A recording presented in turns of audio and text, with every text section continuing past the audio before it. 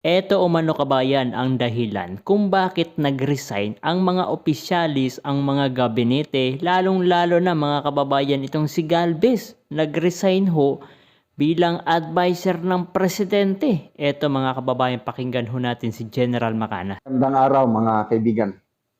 Bigyan natin ng reaction, opinion itong post-agent ng bayan, si Agent Jonathan Morales ito. Sabi niya, does the mysterious resignation of Secretary Anyo and Galvez mean that their bossing is gurgur, nagurgur na and just a dummy? Naku Grabe po. naman itong question na ito. Medyo napaisip ako. So maging ako napaisip mga kababayan dito sa sinabi ni binanggit ni General Macanas. Ng todo itong question na ito ni Agent Morales. Kung resign ni Secretary Anyo as National Security Advisor, duda na ako doon. Hindi ako naniniwala na for health reasons yung dahilan. There is a deeper reason. Kailang dito lang sa akin ko, hindi ko masyadong sinasabi yung ano. Ngayon lang, kaninang umaga, bumulaga ang balita na nag-resign na si General Galvez as Peace Process Advisor. So, to me, nakakapagtaka yan yung magkakasunod na nag-resign. There is something happening inside the administration. Kung ano man yan, mayroon na akong duda, kaya lang hindi ko pa pwedeng sabihin ngayon. Dahil kulang pa ako ng basihan. Naman kay Agent Morales, ang bigat naman nito na hindi naman siya nag-aakusa sa tingin ko. Nagtatanong lang. Nasa ko ang mga comments. Nako, maraming nagsabi nga, yan din ang hinala ko. Marami ang nagsasabi na iba na ang style, pananalita, galaw ni bossing. Alam nyo na yung bossing nila, yung bossing ng dalawang nag-resign. Iba na ang galaw, pananalita, and everything. So, ito ngayon ang bantayan natin itong mga succeeding days and weeks kung mayroon pang ang susunod. Ako, sa nakikita ko, mayroon pang susunod na magre-resign. Nag-resign itong mga inaasahan ko, wala na. Yun na, kumpirmado ko na. Kaya, akin lang muna, pasensya na lang muna. Hindi ko muna sasabihin yung bakit nagre-resign na magkasunod na nag-resign yung dalawang chief of staff. Former chief of staff, dating general. Kayo, bahala kayo kung ano ang masasabi nyo dito kay tanong, malikot na tanong ni Agent Morales. Ano ba? Si Bossing, nagurgur na? Dami na lang ba si Bossing?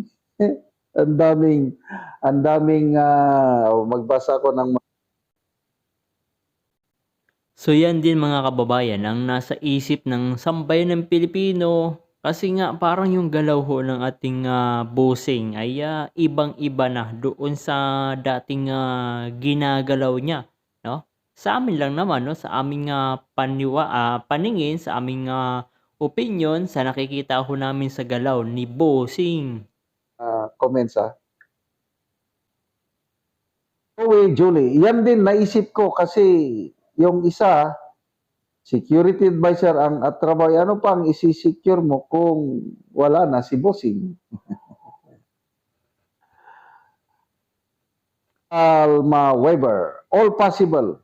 Tapos, ang plug was halfway race sometime in the second week of April. Yun lang. Naka-half mast. Okay. Emily, same here. Iba din dating ngayon. Parang talagang merong nagbago sa kanya kay Bossing. Van Augie, just realize. They feel strangled. I'm just asking. Pwedeng mangyari yon, just commenting. Lagas na, Sir JM, konting panahon na lang. Lagas yung nahuhulog na. Dapat magsalita na sila. Nagkanya-kanya na silang nagsilaglagan ng dahon. Carlos Agbalog, that's also in my mind. So yan mga kababayan, yung mga pananaw din ng ating mga kababayan Pilipino. So ibang-iba ho ang kilos ng ating bossing ngayon. Alam niyo na kung sino ang tinatawag niyong bossing. O, di ba?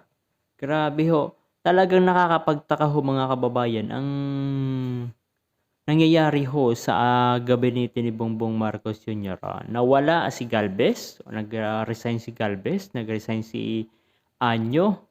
Meron pa ditong si Romualdez, kumanta na mga kababayan kasi kinasuhan no siya mga kababayan, no. Mayroon na siyang kaso, nirapol na yung kaso niya sa Sandigang Bayan. So kumanta na mga kababayan at marami pa sa tingin ko, marami pang mga susunod na mga opisyalis gabinete ni Bongbong Marcos ang magre-resign. So, kaabang-abang ho talaga ang mga susunod ng mga pangyayari. So, ano pa kaya ang posible? Kasi nga, meron pang issue patungkol ho dito sa Korte Suprema. Itong Korte Suprema ay itong patungkol ho sa unprogrammed appropriation. Sino naman ang sangkot dito? Siyempre, ang executive, ang legislative, itong Congress, mga kababayan, no? Mga congressman, senador, ay damay-damay na ho sila lahat dyan, mga kababayan. Kung sino yung nagpatupad, pumirma, ayun, damay-damay ho yan sila kasi hindi ho pwedeng baliwalain ng Korte Suprema o wag pansinin ng Korte Suprema yung bilyong-bilyong pera na nawala mula sa taong bayan. Pinaghirapan ho ng taong bayan. Although, na itong ating mga opisyal, kasama ng Korte Suprema, ay nagbabayad din ng tax pero mas malaki ang binabayaran tax, no, ng sambayan ng Pilipino kasi inipon ho ng milyon-milyon nating mga kababayan Pilipino yan. O, di ba? Pero kung i-compare nun sa ilang mga opisyal politiko, mas malaki yung taong bayan. So, kaya hindi pwedeng baliwalain itong nawala at nalustay na bilyones. No? Galit na galit ho sila sa 125 million confidential funds ni Vice President Inday Sara Duterte. Pero ito mga kababayan, ang patungkol ho dito sa bilyones. Nako, dapat makialam ho talaga dito. Sabi nila, dapat daw hindi makialam dito ang Korte Suprema kasi dapat ang Korte Suprema ay mga parang kaso-kaso lang yung haharapin at makikialam. Hindi pwede mga kababayan. Yan nga ang takbuhan ng sambayan ng Pilipino kapag talagang kumbaga, meron na silang naaagrabyado sila sa ilang mga korte na alam naman ho natin minsan, hindi naman natin masabi na minsan merong sinasabing hindi fairness, so lumalapit ho talaga sa Korte Suprema. Kahit anong kulay pwedeng lumapit sa Korte Suprema. Ngayon, eto na ngayon ang kailangang gawin ng administrasyon ni Bongbong Marcos. Paano niya ngayon didepensahan, poprotektahan ang kanyang sarili? O, di ba? Ang dami na hong nagsasabi na tumutukoy ho doon papunta sa bahay ng Malacanang. O, sa ngayon, sino ba ang nasa Malacanang, mga kababayan? Alam naman natin kung sino ang nasa Malacanang.